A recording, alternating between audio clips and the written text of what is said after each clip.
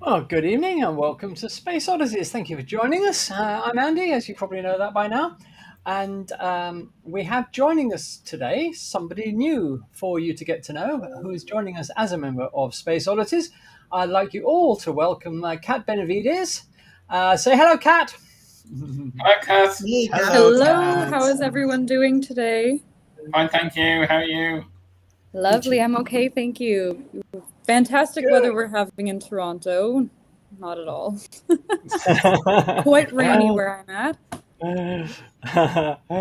Yeah, so anyway, Kat will be joining us on the panel.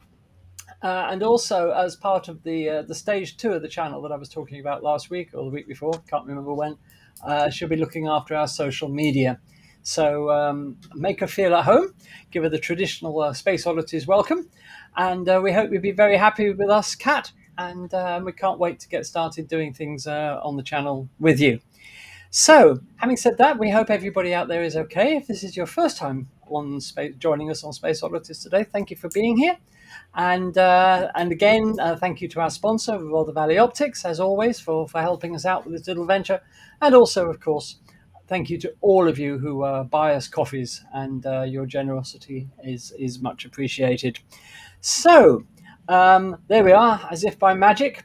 If you would like to help us out by buying us a coffee, just scan the QR code, and the software will do the rest. So, thank you very much indeed for that, because all of the money goes towards advancing Space Oddities, helping us expand, doing more things.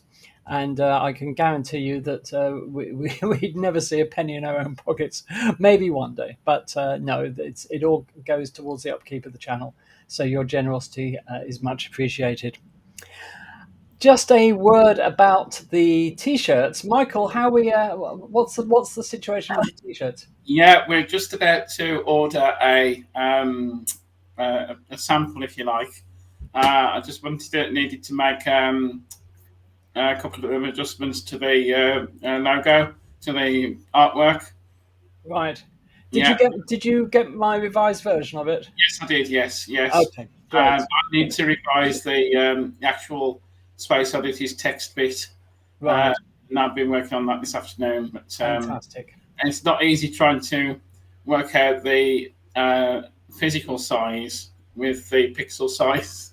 You know No, what I it's not easy because we did send an email to the publisher of the T-shirt saying, yeah, but what size should the image be in mean? pixels? And he said, what's pixels? Yeah, So, so oh great, have we really chosen the right supplier? So yeah.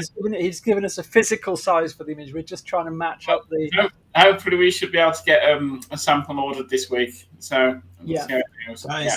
guys, is this going to be the same thing as let's order a calendar and we get something that has No, images but no calendar? No, Is no, it gonna no, be no, the no, same? no. no, no. Just to fill Kat in on that, we thought we'd because we do a weekly viewers gallery, and we thought we would choose the best images and put them into a calendar for everybody at Christmas. So we had 12 beautiful images from our viewers, and as you will see, not tonight because there's no Rachel tonight, but we do receive fantastic images. So we put them all together and found a place online to do calendars, and we received the calendars back. And they were calendars with no dates on, so Mm. just the pictures. So that was a bit of a disaster, but no, I can assure you, Bernard, that we're well on top of this with the t-shirts. I'm terribly sorry. I didn't want to go back to this. Didn't want to open old wounds, as it No, were. no, no, no, no. I'm Because terribly sorry. Let's move on. Let's that move was on. amazing embarrassment with the calendars. So let's move on from that. Derek says, "Who's going to model the shirts?" Well, actually, we were going to get Michael to do it, but then we thought that would be a terrible idea, so we decided not to. And Astronebulae says, did you remove the images and put your face on it, Andy? So no, it's definitely all Space Oddities. I can assure you. So there we are. We will bring you hopefully concrete news of the t-shirts next week, and then the way that it's going to work is that instead of you having to ask us to order the t-shirt, you will be able to order the t-shirts directly yourself from the supplier. So that makes life a lot easier, and it means you'll get your t-shirts much quicker. So we'll give you concrete news on that next week, because obviously we want to have everybody this summer sporting the latest, trendiest t-shirt on the planet, the Space Oddities t-shirt, which will of course be collector's items in about a millennium. So, so there we are. Unless we change the images to mugshot images of ourselves instead. Yeah, yes. We want sales figures in positive numbers. Astronebulae says, "Is it we order a T-shirt and get a mini skirt?" Well, whatever floats your boat, Astronebulae. I mean, it's entirely up to you. The supplier does do other things apart from T-shirts. They do tote bags and anything you can imagine to put our logo on. So if you want a mini skirt, I'm sure they'd be happy to oblige. So each to their own, I guess. Okay. Who just described Roger as a racing snake? That's Astronebulae again. Whatever he's drinking at the moment, I'll have. Oh yeah. Yes, fine racing snake figure. Now, I bet you've never been described. Step away from the. No. Step away from the roach. Yeah, absolutely. Good evening, Gerard. I hope you're well. We've got. So there we are. Happy. I hope the weather's good in the Wirral. It's certainly lovely in Spain. It seems everybody over the whole planet at the moment is having warm weather and thunderstorms, which is what we've got here. So it's very strange, actually. So there we are. Anyway, we will crack on, as they say. And who better to crack on with than that man who is well known for cracking on? And that is Roger, of course. So, Roger, what's happening in the night sky this week? We can't hear you, Roger. You've got no volume. Have you got your microphone on? I have now. Ah, that helps. Well done. Hey. Oh, professional till the end. I know. Which not live shows. Okay. Right. So the 12th to the 18th of June is what we've got coming for the news. Oh wow! During last week, here is some serious activity going on around the surface of the sun. So I thought I'd go and sneak that one in. Oh wow!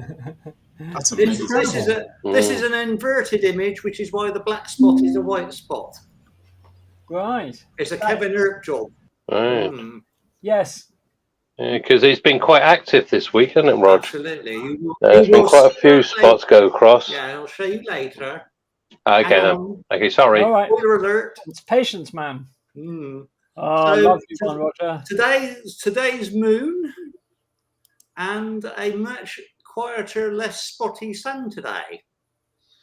So obviously the alert of what activity was due to come round has sort of diminished and broken up by the looks of it. It looks like that little group down the bottom there, near the middle. So don't know what. Isn't there something just above the equator on the rim just coming round? Is there something like a plage coming round there now? There could be something else coming round. Yeah, I mean we're hoping, but according to the forecast, we should be roughly facing where it should be now, which is something like the group that we've got on the bottom there. Yeah, Yeah. Anyway, we shall see. Don't worry, it's still coming up to maximum. So just keep holding your hats. Okay, so for next weekend, during Sunday, we will be having a new moon. So things could be a bit better if it wasn't so darn bright out there during the lack of astronomical darkness. But we don't have an awful lot to see out there apart from the summer triangle of Vega, Deneb and Altair coming up through, and the galactic core now coming up nicely before midnight. So that's not to be sniffed at. So and we've also got Andromeda starting to magically appear again. Good. Yes, not that it's but during Wednesday, we've got Venus and M44, the Persepe, in Cancer to see if you can get to see whether it's dark enough for you to be able to see it properly. You probably need a pair of binoculars or a telescope to see it with the brightness of the sky, but at least there is a possibility of a close view with a photo opportunity there.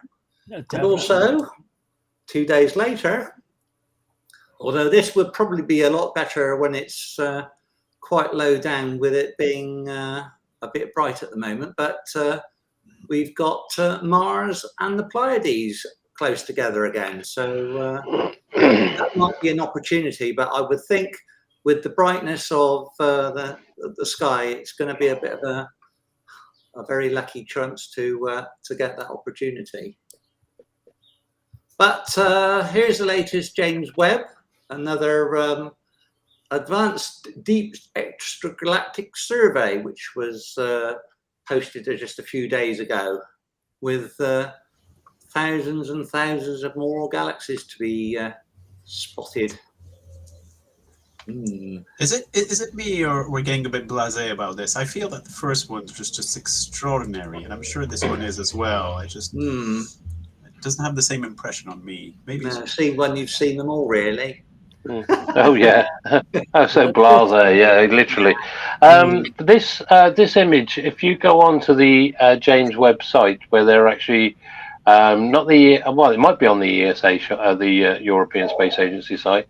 There is an interactive version of this where you can actually zoom in and have a look at these very young galaxies that formed. What was it, 600 million years just after the Big Bang? Yeah, and also I think I've just read actually just that they've reckoned that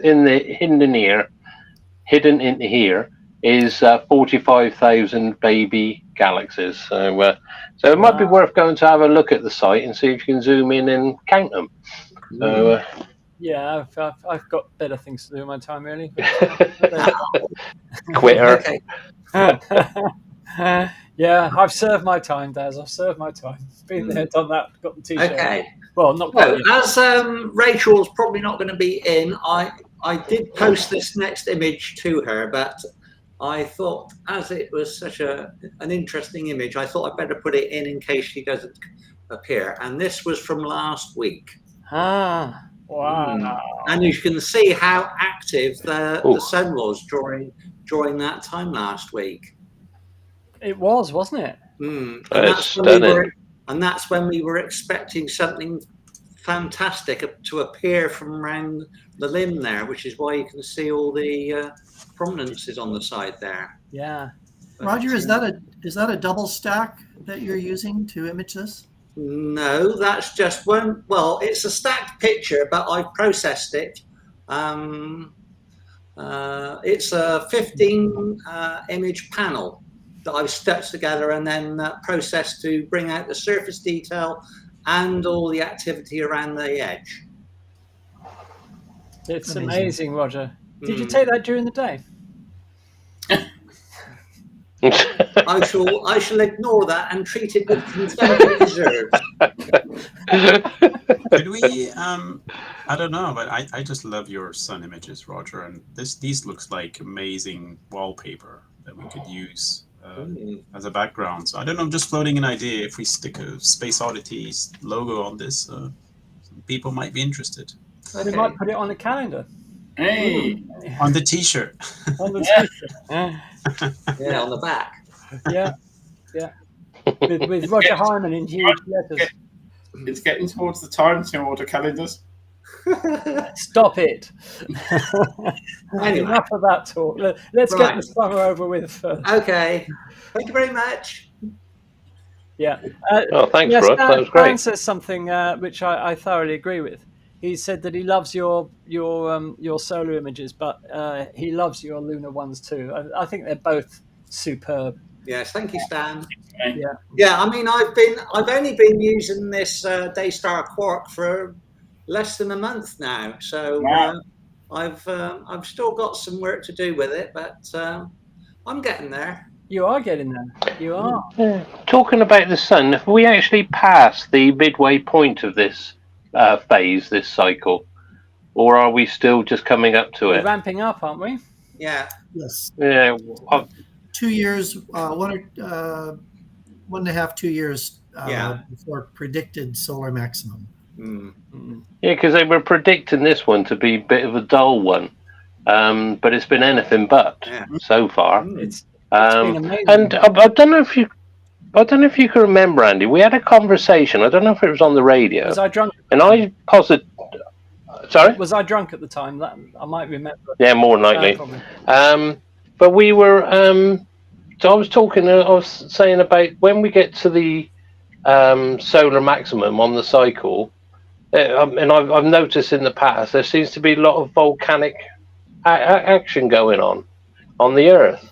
And I don't know if you've noticed, but the last month or so, there's volcanoes going off everywhere. I don't know. There's something that I think somebody should look at. Yeah, they should do a paper, Cat.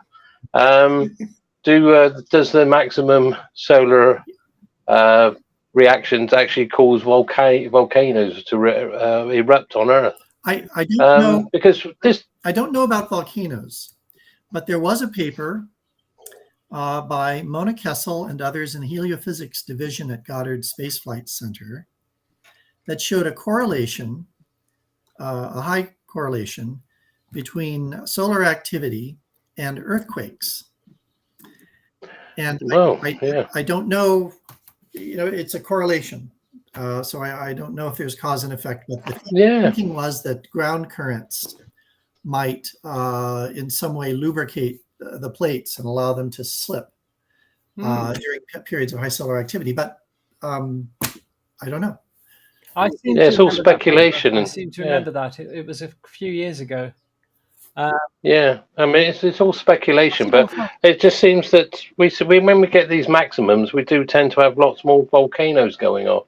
And just especially the last couple of weeks, there's been quite a few go off, even some that haven't erupted for a while.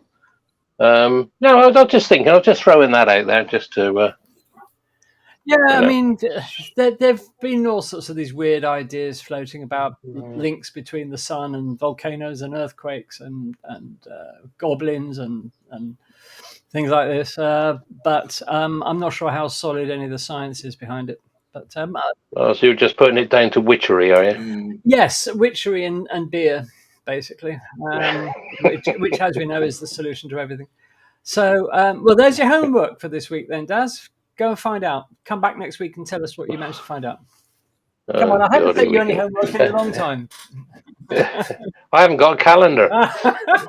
I just looked this up. It's just one reference, but it's Harvard.edu. It says volcanic activity is generally lower in periods of prolonged maxima of solar activity and higher in periods of prolonged solar minima. So who knows? Oh, the opposite. There's a data point for you. Wonder what the mechanism could possibly be, though. I can't think of a mechanism. Kat, you might be able to think of one.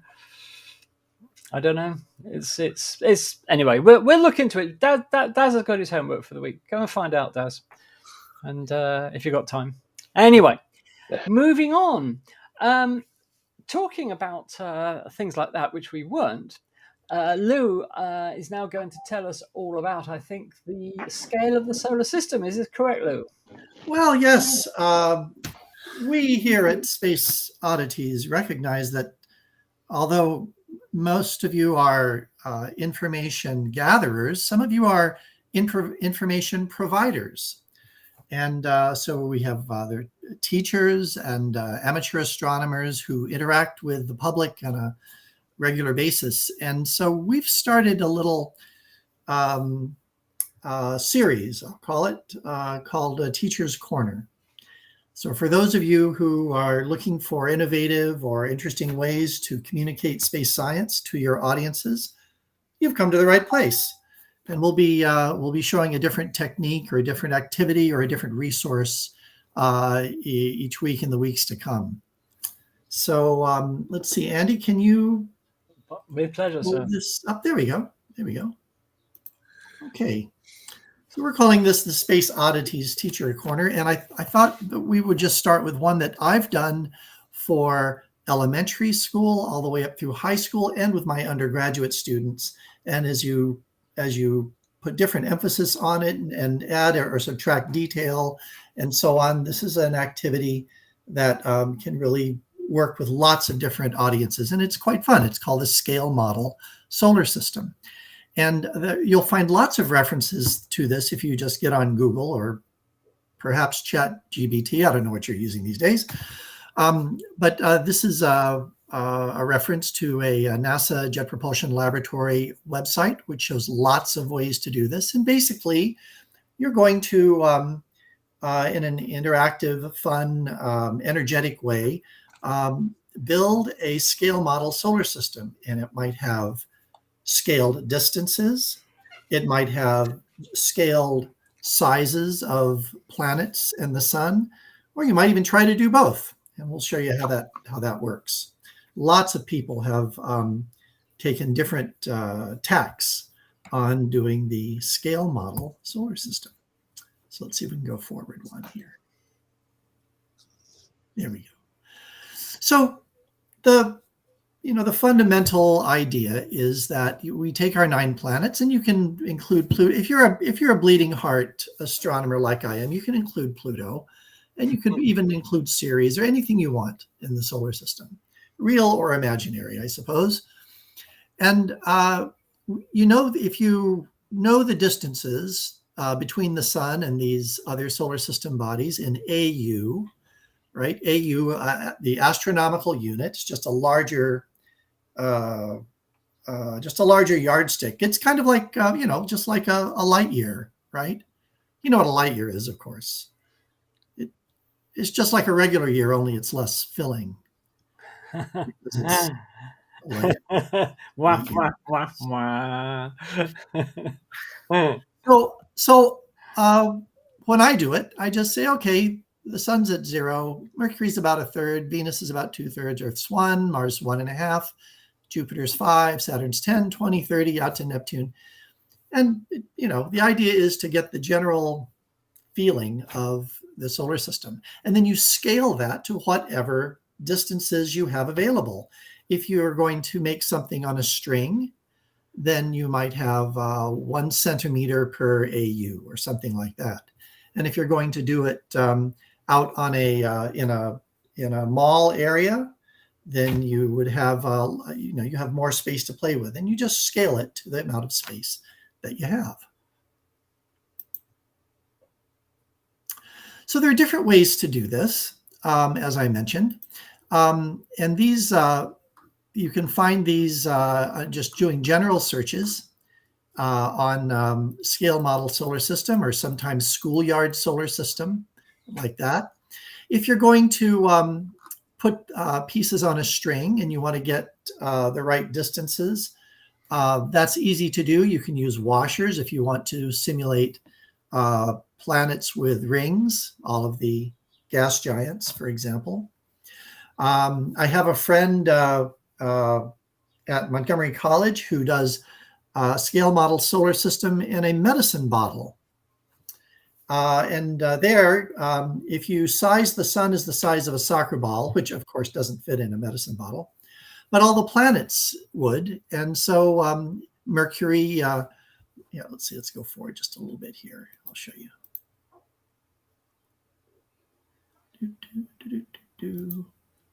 Here we go. Mercury is something tiny, size of a pinhead. Venus and Earth are peppercorns. Saturn's a hazelnut, and so on. And so you just come up with creative ways of doing this. And if you're going to do this, say outside, and try to scale things to a soccer ball sun, then you can have you can actually put a stake in the ground and have a little teeny pea or peppercorn or pistachio, whatever it is, but then include a reference chart, as you see here, on a little more information about the planet, or maybe a larger image of the planet. Here are a few examples of scale model solar systems that have been done. The one in the upper left is out on the mall in Washington, D.C. And you can see on the left-hand side of that image, the National Air and Space Museum. So they set up they got a big grant to do this from NASA, and so it's very fancy. But they set up these poles with pictures of the planet and information about each planet, and scaled the right distances all the way down the mall. So they had quite a bit of space to work with. On the upper right here, you see a science fair project that was done, I think, by a middle school student, just sizing the planets, getting the colors right. Here, the distances aren't correct at all, but the idea is to get people interested and active in learning about the planets and learning about the solar system. In the lower left here, you have one that was done at the University of Toronto. This was done outside, and they made a nice cutout here with a picture of the planet and some information about it, and marked off the number of paces it would be based on their scale. And I believe so this was maybe done all within a kilometer or so. And I think they're going to try to position Alpha Centauri on this, which would be something like many kilometers away in some other city, I believe. So, but wouldn't that be cool to scale the distance between our sun, our Earth, and the nearest star besides the sun? Lower middle picture here is just some kids who are in a schoolyard holding up information packets about each planet and scaling them to different distances. And what you can teach here is, for one thing, you can just teach the order of the planets. That's fine if you're working with lower elementary school kids. As you go up the chain, you can talk to them about the spacing between planets. Why is the inner solar system, the terrestrial planet, so compact and the outer solar system so spread out? And as you get up into high school and college, you can talk about the mechanisms for that and how much material was left per unit volume in the various places in the solar system, and how the early sun as a T-Tauri star pushed some of the lighter elements out into the outer solar system, and start talking about not only the distances and relative sizes of the planets, but why they look different, what materials they had to form with, what temperatures drove the ability to condense or not condense other various elements. So you can really, as they say, scale this project to something that can be fun for everyone. This last picture you see on the lower right, this is a young boy holding up a packet of scaled planets, each one in their own separate packet with the title of the planet and some information about it.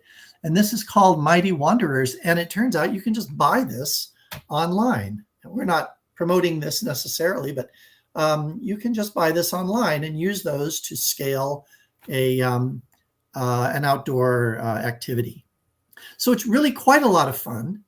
And there's so many ways you can kind of adjust this to meet your own requirements. As I say, I've done this with elementary school kids, and I do it with my undergraduates, just changing the amount of information and the focus and what it is I want them to get out of that. So that's scale model solar system. Back to you, Andy. Very much so. That's wonderful. It's brilliant. We will be, of course, having lots more things in Teachers Corner, because we would like to help you to get the teaching of astronomy across to especially to kids. That was fantastic, Lou. Thank you so much. And we'll be doing more. Because to come. Yeah, and I've got an idea. Yeah, because I know in the UK they've actually got solar system tours where they've scaled it, but it's over miles and miles and miles, and you need a car to do them, or they're on a canal path, so you need to at least have a cycle with you, or if you're very energetic, walk. And it spreads out over miles. It's fascinating, and it brings home distance Well, it gives you some idea of the distance between the planets, especially when you see it on the larger scale, and you have to walk several miles to get to the next planet. It's very. There are several places in the UK where you can go and see these things, but some of them require a car because they've done it on such a large scale. You have to drive to the next point. So you take all day doing it, and I think there's a couple of pub stops on the way, so all good fun. Absolutely. Well, that sounds even better. Yeah. So yes, the education of astronomy is something that's very dear to all our hearts. So we'll be bringing you more of those. I've got an idea for at least 2 coming up. So I hope we'll look forward to that. Okay. Andy, I just wanted to say thanks again, Lou. That was really cool. I've done this type of scaling models with kids before in a park, and I don't know about you or anyone else who's done these before, but the most remarkable thing is when you start to realize how far away the outer planets are.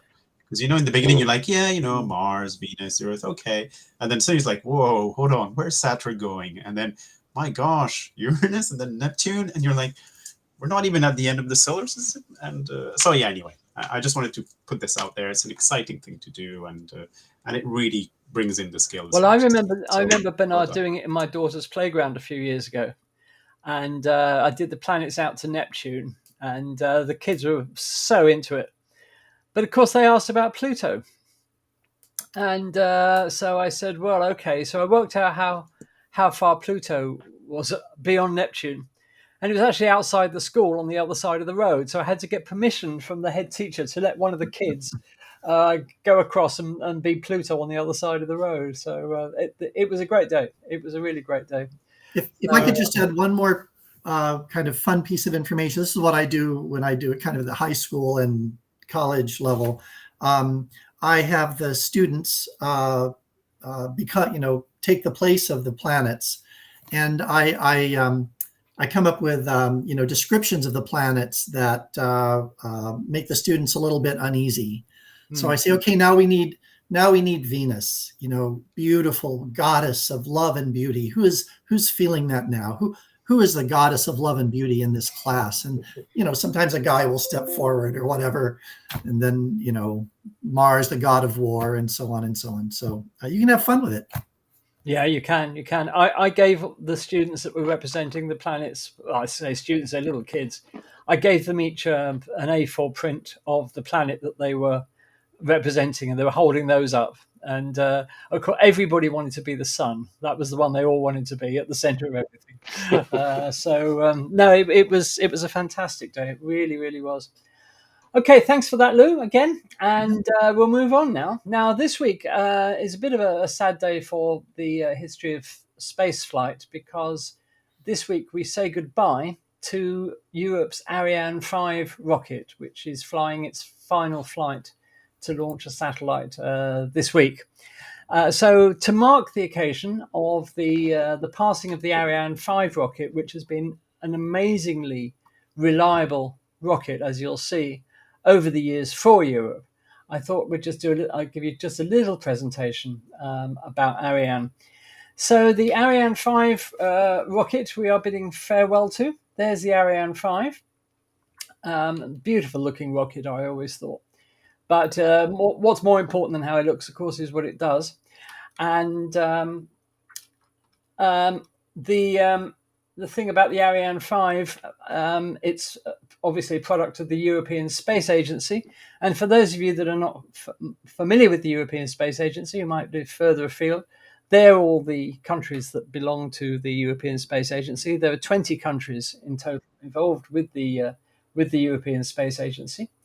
And the Ariane 5, these are the facts about it. Depending on the configuration, it's between 46 and 52 meters high, with a fairing diameter of 5.4 meters. It's a two-stage rocket with two solid rocket boosters, the rest of it being liquid fueled. And up to geosynchronous transfer orbit, it can carry 10 tons. It first flew in 1996. It's had 111 successful flights and only 2 failures. So it has really been a reliable rocket and a big success for the European satellite industry. The comparable launchers, some of the comparable launchers, the American Atlas V and the Delta IV Heavy, and the SpaceX Falcon 9 Block 5, and the Japan's H-3B, and the Chinese Long March 5 rockets. These are all comparable launchers, as well as the Proton M from Russia and the GSLV-3 from India. So they're all roughly the same, in the same sort of market for satellite launching. We say goodbye to the Ariane 5, and the Ariane 5 is being replaced with the Ariane 6. That is obviously an illustration, not a photograph, because it hasn't flown yet. But the next mission, which is coming up probably in the last quarter of this year, will be the first flight of the Ariane 6 launcher. Now, the Ariane 6 is a bigger rocket. It's 63 meters, same diameter though, 5.4 meters. It's a two-stage liquid-fueled rocket, and it can have, depending on the configuration, either 2 or 4 solid rocket boosters. It can carry more into orbit. It can carry up to 11.5 tons into geosynchronous transfer orbit. And as I said, its first flight is planned for Q4 this year. Now, why did Europe build the Ariane 6? Well, they wanted to compete with the Falcon 9. They wanted to muscle in on SpaceX's incredibly successful market for their Falcon 9. They wanted a rocket that was cheaper than the Falcon 9, able to launch more frequently than Ariane 5. And also, and very importantly, they wanted it to launch the Galileo satellites. In case you're not familiar with what they are, Europe decided a long time ago that they wanted to build their own GPS type system and launch their own GPS type satellites. That project is called Project Galileo, and they are slowly building it. And this is the rocket that they wanted to use to put those Galileo satellites in orbit. Why would we want to use Galileo rather than GPS? Well, essentially because Galileo as a geolocation system has a much, much better accuracy than the American GPS system. Also, the American GPS system, I don't know whether you know, is run by the American military, and Europe's always been concerned that at any time the American military could decide that they weren't going to let other countries use it. Unlikely as it may seem, it was in the minds of Europe anyway, a distant possibility. The reality behind the Ariane 6, though, has been a little different. It went twice over its budget. The budget was put at 2.2 billion, and now it's at 4.4, so it's exactly double its budget. This means that its launches are going to be more expensive than the Falcon 9, and that is mainly because the Ariane 6 is not a reusable rocket, unlike SpaceX's Falcon, which we know is partially reusable. The first stage returns to the Earth and can be reused, and I think the record so far for that is that there's one Falcon 9 booster that's been reused 16 times, I think. Guys, you may correct me on that, but I think it's 16. And it's 3 years behind schedule.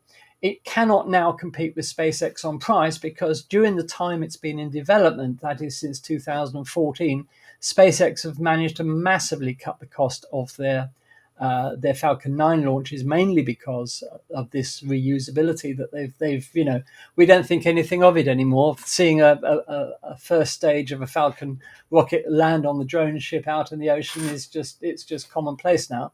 I think we forget how miraculous it is and how incredibly incredible it is technically to pull off. But that's the basic bottom line, that the Ariane 6 cannot now compete with SpaceX on price, so is unlikely to make much of a dent in SpaceX's market. This means that the whole Galileo program is severely delayed as well. So all of these factors basically mean that the Ariane 6 is a bit for Europe, a bit of a bitter pill to swallow, that the SpaceX Falcon is still and is likely to remain for the foreseeable future the world's most reliable rocket with the lowest insurance and launch costs. So, the Ariane 6 really hasn't already been the success that Europe hoped it was going to be in terms of muscling in on the mid-range satellite market. So there we have it. So farewell, Ariane 5, and on with Ariane 6. But we wish Europe obviously all the best with the Ariane 6. But the only thing it can be used for now is the launch of the Galileo satellites. Having said that, the bad news is that the Europe, or the European Commission, has really got so fed up with the delays of Ariane 6 that they've actually gone to negotiate with Falcon 9, with SpaceX, to launch at least some of the Galileo satellites on Falcon 9. So this has been a really bitter pill to swallow. One of the main rationales for developing the Ariane 6 was to put the Galileo system in orbit. And now Europe's going to their main competitor to negotiate with them to put the rest of those satellites into orbit. And it's just a bit of a sorry state of affairs. Sorry, Daz, you were going to say something? No, I was just going to say, you were talking about the Falcon 9. They did a launch yesterday, I think it was. Was it earlier today? Anyway, and they landed the booster safely, and that was their 199th landing. So they're just one landing off of doing 200 landings. And of course, with at least you said, with the reusability, it slashes the price. So this is why I'm surprised that more and more rocket satellite launch providers are not looking harder and more in depth in actually recyclable. I know some of them are starting to look at it, but it's sort of like closing the stable door after the horse is bolted. So so they're one landing off of 200 successful landings, and I think the run at the moment is something like 156 consecutive successful landings.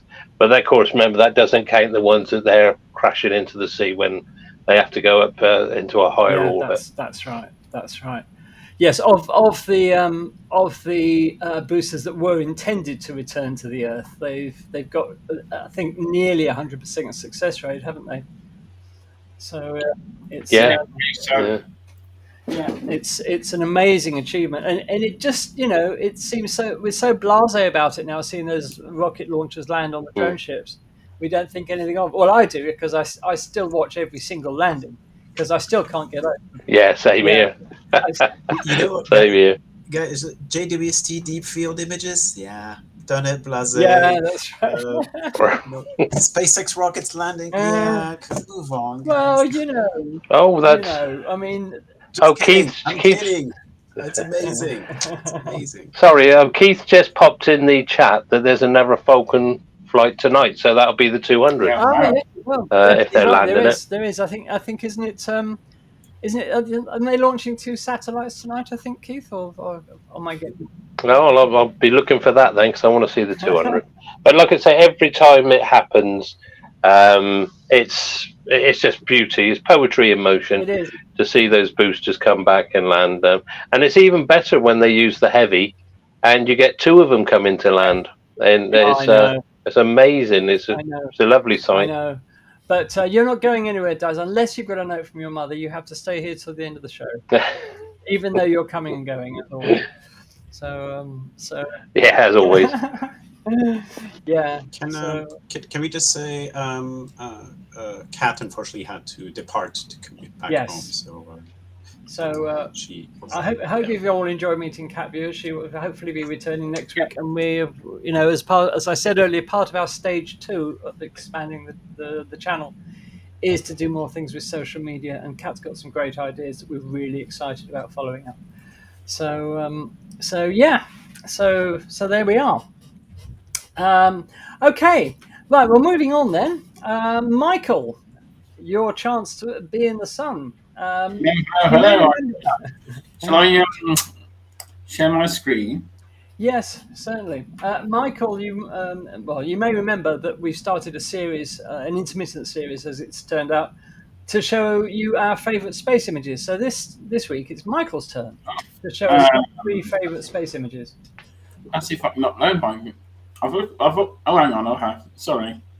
It's all right. Just talk amongst yourselves. Right, got it. Okay.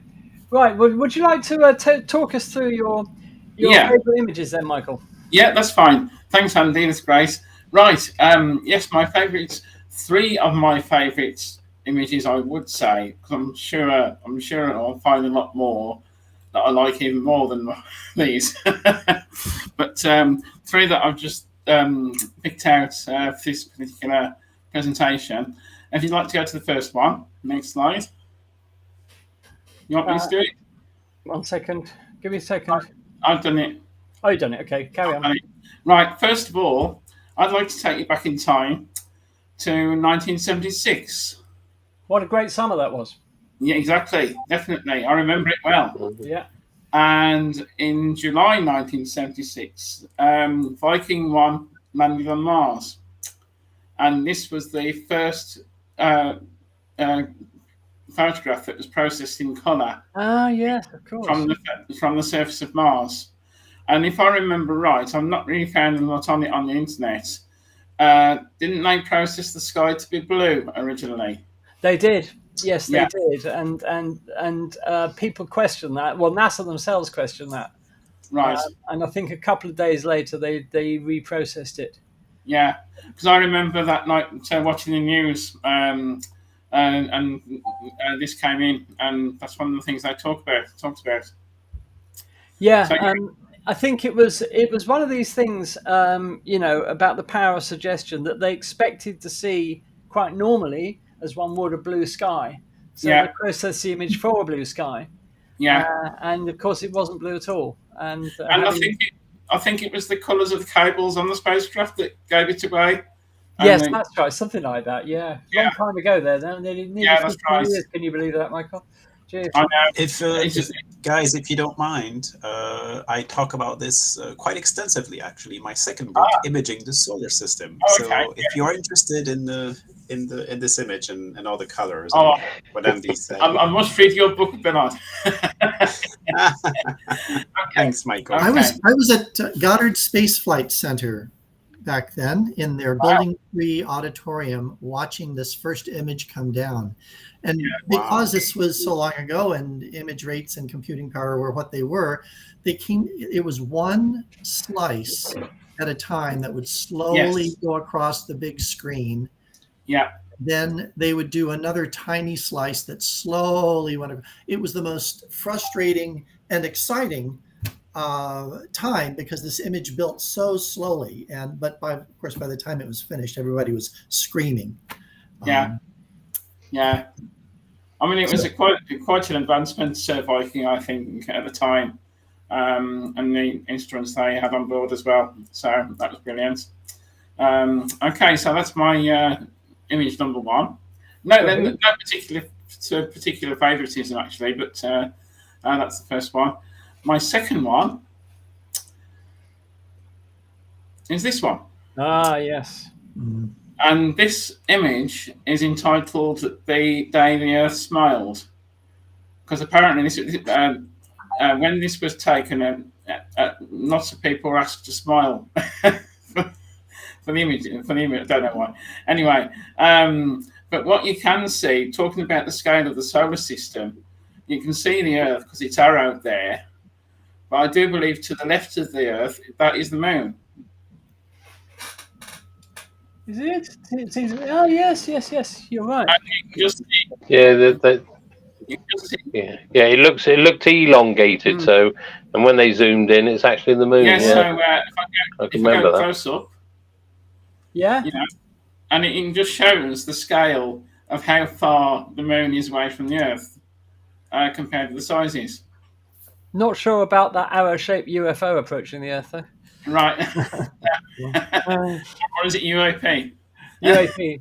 Or is it OAP in my case? Yeah. So that's so these are all from robotic spacecraft. And so that's coming a bit further in time towards us. So that was 10 years ago. But another one going back in time, I'd like to show you is this one. And we're going to Europe for this one. Oh, yes. Yeah. Oh, yeah. This is Halley's Comet from Giotto in 1986. Yes. Can you believe that was 1986? Our first ever image of the nucleus of a comet. Yeah, yeah. The Russian Vega arrived a few days earlier, and they did take the picture of the comet's nucleus, but never in such a high resolution and being so close. No, that's so right. yeah. But the resolution of the nucleus is just remarkable, and we learned so much from this image. Rightly so, Michael. This is a fantastic image. Yeah. It's amazing, absolutely amazing.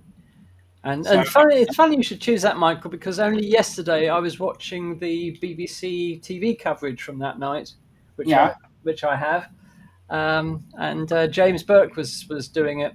Oh right, okay, yes, that's right. I remember. Yeah. And we've talked about this before, how it was the worst piece of science television ever. Yeah. They really messed up. Talking of TV, while I think about it, I do believe for the UK viewers anyway, the Sky at Night is on tonight at 10 p.m. It is indeed. It's going to be all about the British space program. Yes, all about the UK space program. Sky at Night, 10 p.m. BBC 4, isn't it? BBC 4, that's right. Yeah. Anyway, so that's that one. And there's Giotto. And the spacecraft built by Europe.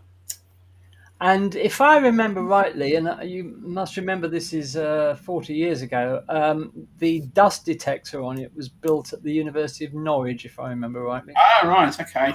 Yeah. So the actual impact detector, because I remember they were showing you on the TV the impacts as they were hitting that shield you see there, and it was quite amazing. Luckily. I think Giotto was hit by a fairly sizable piece of debris from the comet just after closest approach, if I remember rightly, and it lost contact for a couple of minutes, but they got it back. So can I just before I finish, can I just plug an event which is on the last slide on there? Of course.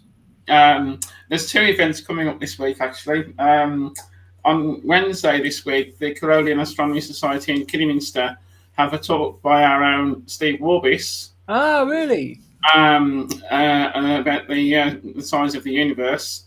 And on Thursday, Go Space Watch has a talk because it's the 60th anniversary of the first woman in space. And the talk is After Valentina, the Past, Present and Future of Women in Space. That is this Thursday at 8 o'clock UK time. So go to the website at gospacewatch.earth to sign up for that one. Fantastic. So thank you for that. Thank you, Michael. That's wonderful. Okay, there we are. So who's yet to do their favourite space images, and who wants to do them next week? I don't think I've done mine. Okay, Lou. So over to you for next week then. Right. Make a note of that. We'd love to hear your favourite 3 space images. Yeah, we'd love to see Yeah, that. we I would. would too. I have no idea what they are.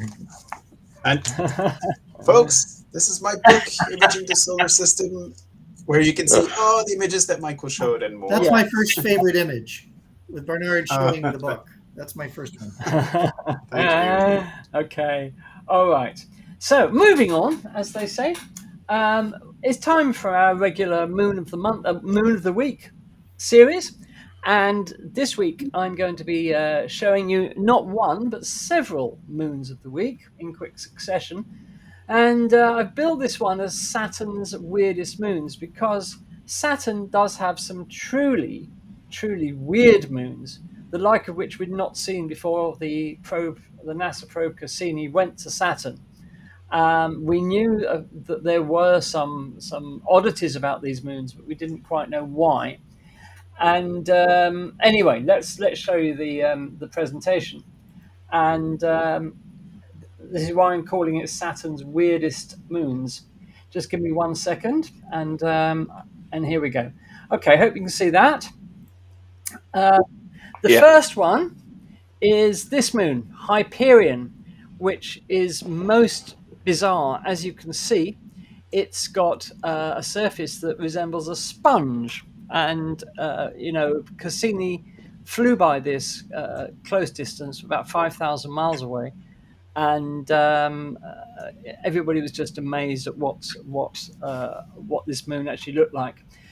Just a few details about Hyperion. It's 360 by 266 kilometers. Do forgive me if I slip between miles and kilometers, because I'm in that difficult age, you know. It's designated as Saturn 7. In other words, it's the seventh moon from Saturn going outwards. It's actually 1.5 million kilometers away from Saturn. Its composition is mainly water ice with a bit of rock thrown in. And it's got an incredibly low density for a moon of its size. Now, what this means is when meteoroids, if you want to call them that, bits of rock hit it, instead of causing a big impact and a huge crater and flinging material into the space, the density of Hyperion is so low that it just sort of punctures the surface and digs downwards without actually making a huge crater. So as you can see from this image, if you look down the craters, they're cylindrical rather than sort of bowl-shaped. And this is put down to the low density of the material that allows any incoming rock just to go straight in. As I said, Cassini imaged Hyperion 3 times, the first in September 2005 and the last in May 2015. But Cassini's orbit did not allow it to approach Hyperion any more regularly than that. Only 3 times it managed to fly past the moon. There's a photo from another flyby of Hyperion. The bottom of the craters is a very dark reddish material, similar to the material that we find on some of the other moons, like Iapetus, and that's why the crater bottoms appear dark. Complex organics are found in this material on some of the other moons, so it's to be assumed it's virtually the same here. And speaking of Iapetus, I mean, Iapetus is a weird body. Iapetus, those of you of a certain age may remember that in the book 2001: A Space Odyssey, it actually took place at Saturn rather than Jupiter in the book. In the film, it was Jupiter, but the special effects team couldn't come up with a realistic method in those days, back in the mid-60s, of representing Saturn's rings. So they moved the location of the final act of the film to Jupiter. But in the book, it was Saturn, and Iapetus is featured in the book because Arthur C. Clarke, who wrote the book, being a man of astronomy, he knew exactly what was odd about Iapetus, and what's been known for a very long time is that Iapetus is dark on one hemisphere, very dark, and very bright on the other hemisphere. And what Cassini found when it got there, as you can see in this image, is almost all of the way around the equator, there's this ridge. It looks like 2 halves of a moon have sort of been welded together, and that's the weld line. So this is certainly extremely odd. I'll talk about the ridge in a moment. So this was a very odd moon with its bright hemisphere and its dark hemisphere. It's 1492 by 1424 kilometers, so nearly spherical. It's designated Saturn 8. It's 3,560,000 odd kilometers from Saturn. Its composition, again, is mainly water ice with some rock thrown in. And that dark material is thought to have originated from outside Iapetus, perhaps from other moons. And the dark color is thought to be due to sublimation, which is a process where a solid turns from a solid straight into gas with no liquid phase. And that material is then further darkened by the action of sunlight. And it's not quite clear yet, I don't think, although I'm sure Lou or Bernard will correct me. I don't think there's any convincing explanation yet for why only one hemisphere is that dark color and the other hemisphere is covered in ice, which is why it's so bright. So that's Iapetus, but the ridge around the equator on Iapetus is amazing. It's 15 kilometers tall, and if you compare that with Everest's 9 kilometers. So, it's getting on for twice the height of Everest, that ridge you see before you. It's thought to be formed from the debris of a ring that Iapetus once had that actually collapsed onto the planet, forming this ridge around the equator. Although I don't think that's settled yet, but I think that's the leading theory, that it's the remains of a ring that collapsed onto the surface, onto the equator of Iapetus. This is an amazing image, but this image I absolutely adore, which is a close-up of that ridge. And I did feature this as one of my favorite space images when it was my turn, because this is such a beautiful, haunting image, and you can imagine exploring that amazing terrain. It's just absolutely stunning. So that's Iapetus. Now we move on to a truly weird moon of Saturn, and this is the moon Pan. Now there are two images of it here taken by Cassini from different angles. It's been called the ravioli moon because it looks like a piece of ravioli. How on earth did a moon like this form and get that, again, a thin ridge right around its equator? It looks like some sort of a UFO. This moon is very small compared to the others. It's only 35 by 25 kilometers. It's designated Saturn XV111. And it's 133,000 kilometers from the planet. Its composition, although it's uncertain, it hasn't been directly measured. It's presumed to be mainly water ice again, with some rock thrown in. And Pan is what we call a shepherd moon of Saturn. And a shepherd moon is one that literally confines one of Saturn's rings and keeps it as a ring so that it doesn't dissipate and spread out. And in this case, what Pan does is to keep the Encke gap, which is a gap between Saturn's rings, free of material. So it's sweeping up material from the Encke gap all the time. And it's this material that it's swept up, which is thought to fall on its surface and form this equatorial ring over time, over a long time. So it's literally, because the moon is acting as a sort of hoover, if you like, it's hoovering up this material which settles on its equator and forms this incredible ridge around it. Now, just so you know where we are, these are Saturn's rings, and you can see towards the right, there's the Encke gap. So we've got several gaps in Saturn's rings. We've got the Huygens gap. We've got the famous Cassini division, which was first seen by Galileo. We've got the Encke gap, and we've got the smaller Keeler gap. And Pan actually patrols, if you like, within the Encke gap, sweeping up any material that has entered it from the rings. And here's an image taken by Cassini of Pan actually in the Encke gap. So that's a beautiful image of that little moon actually in the middle of the Encke gap there, which I think is an amazing image. We move on now to our last moon of this evening, Atlas. Now, Atlas is another moon that similarly has a ridge around it. This, I think, is an amazing image because basically you're seeing a mountain on the top of the moon with this weird ridge around its equator. And Atlas is, getting on for the same size as Pan, 40 by 35 by 18.6 kilometers.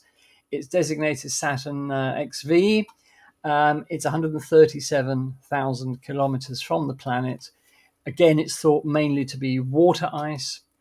And because for a long time, Atlas was thought to be shepherding the A ring to make it keep its shape, if you like, it's now thought that it isn't actually a shepherd ring of the A ring at all. And latest information indicates that the ring is kept in its within its limits, if you like, by the action of three other moons, Prometheus, Janus, and another one I can't remember. So Atlas is not actually a shepherd moon. But in that case, how did it get that? If it's not picking up material like a shepherd moon does, how does it actually get that ridge around its equator? Well, something that Cassini discovered in 2004 was this ring of material that is actually within the orbit of Atlas, and this is the material that Atlas has swept up and has formed that ridge around its equator, and that answers the question. So there you are. So they're the tonight's moons, the weirdest moons of Saturn, and I think you'll agree in terms of what they look like. They're certainly extremely weird moons. So there you are. Yeah, they certainly are. Yeah. And was there ever, when you mentioned the last group, the three, you said, what was it? You said Prometheus, Epimeth. Was there ever one Pandora? Could be Pandora. Yes, it could be. Have to look that up. Yeah, I could be wrong there. They're just all spread it. But you were talking about Hyperion. Of course, Hyperion, as well as looking strange, it's got a very strange behaviour as well. It's tumbling totally out of control. Yes, it is. There's nothing unified. No. Yeah, nothing unified about its the way it rotates, or it's literally tumbling, and you can't predict anything. It keeps changing all the time. Yeah, and as you said, it's a very strange sponge-looking looking thing. But also, I mean, as we know, Saturn's got loads of moons or moonlets, or and of course, some of the naming's quite novel. I'll just read you this. Saturn has two orbital groups of prograde irregular satellites. The individuals in one are given Inuit names such as Sironwak, and in other Gaelic names as Alborix. Each group could be remains of a larger moon destroyed by collision. Apart from Phoebe, Saturn's retrograde irregular satellites have Norse names, and include groupings that could each represent fragments of the same captured asteroid. So, they've got so many, with Jupiter and Saturn having so many moons, they're really having to spread the net to find names for all these things. For them.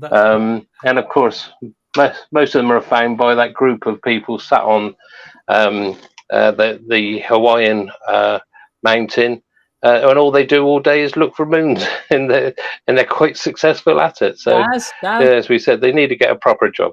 Nice work if you can get it, Daz. That's all I want to say. Yeah, too right. Bernard or Lou, do you want to add anything about any of those moons? I'll let Lou start. Well, the only thing I was thinking is that this chaotic tumbling of Hyperion seems to be a product of its both its irregular shape and its 4-3 resonance with Titan. So these two qualities act together to give it this kind of strange rotation movement. Thanks. With regards to Iapetus, you were wondering about the difference in one side is brighter and the other side is darker. Isn't that related to the trailing side and the leading side, where the leading side just picks up all the dust and everything as it goes through Saturn, as it orbits around Saturn? I believe that's correct, Bernard. Right. So, Steve's just popped in the chat. Steve's just popped in the chat probably a theory about that. So if you look at the curved horizon of Iapetus on one side of the ridge and trace it across, it doesn't seem to match the circle on the other side of the ridge, suggesting a compression feature. Maybe. Interesting. So you have two things pushing together. So if that's the case, if it is a case of the leading edge and the trailing edge, or the trailing side, is Iapetus tidally locked? You're the one who did this presentation. You should know. I forgot. I've forgotten as well. Yeah.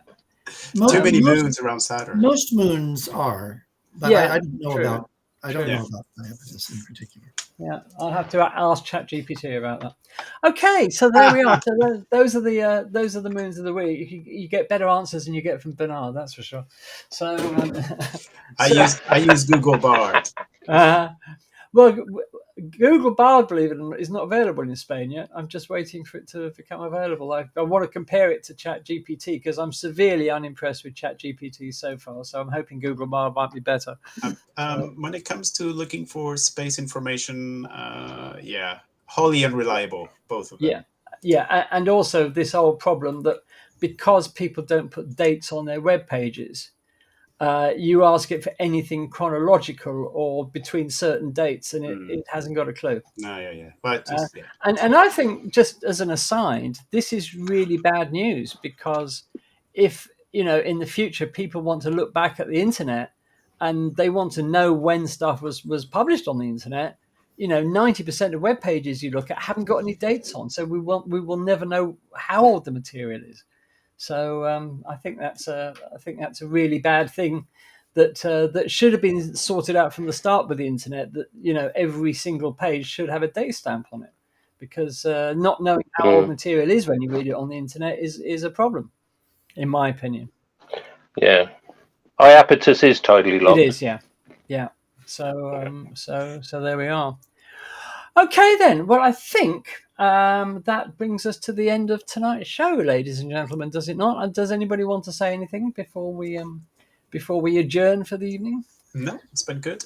No, thank you all for watching. Obviously, we'd like to say a big thank you to Kat for being here, and we're really excited to have Kat here because she's got lots of good ideas about the channel and what we're going to be doing with social media, and we're going to be implementing those ideas over the coming weeks. So you will see some changes, and I hope they're going to be good ones. And we will be expanding as this part of stage 2 for the channel after our first year, which I was talking about. So anyway, we want you to be along for the ride because we are excited about what we've got coming up. As I said, next week we will give you concrete news about the concrete T-shirts. And I hope that you'll want to buy them when you see the finished result. So until next week, thank you all for your support, as always. Thank you for being here. Thank you very much, those of you. Sorry, go on. Michael has a comment. I just wanted to give you some news that I found earlier. That the more good news from Juice. That the MAJIS spectrometer has completed its post-launch checkout. So that's another instrument that's okay. So brilliant. Excellent. That's excellent. Also, Derek asked, "Does anyone know how many moons Saturn has at the moment?" It keeps changing. 92 at last count. Yeah. 92. I know it's getting on towards the 100. I think 92, Derek, at the last count. So it's reclaimed its crown from Jupiter, but I'm sure it won't be long till Jupiter comes back swinging, and they find even more around Jupiter. So there we are. Thank you for those of you who have bought us coffees tonight. Really is much appreciated, and it does enable us to expand the channel and pay for things and do what we want to. So thank you very much for your generosity. Okay, we'll be back the same time next week, same bat time, same bat channel, with another edition of Space Oddities. Keep your eye on Facebook, where we tend to post news about what we're going to be doing, and we'll be here at 8 p.m. UK, 3 p.m. EST again next Monday. And go into your cookie jars or whatever, and pull out £5 or $5, 5 or 10. And for this next phase of our program, go offer that to your friends in order to come watch the program and increase our That's right. That's our plan. That's our strategic plan. You can't be the bit of bribery, and if that's what it takes, go for it. That's what I say. A friend of mine has watched the program tonight, and who hasn't watched it before. So, well, are there any comments yet, or we don't know? Okay, right. Well, hopefully we'll get some good feedback then. Okay, so from all of us at Space Oddities, have a fantastic week. Take care of each other. Stay safe, and we will see you again next week. So from all of us, bye-bye. Bye-bye. Bye. Bye-bye.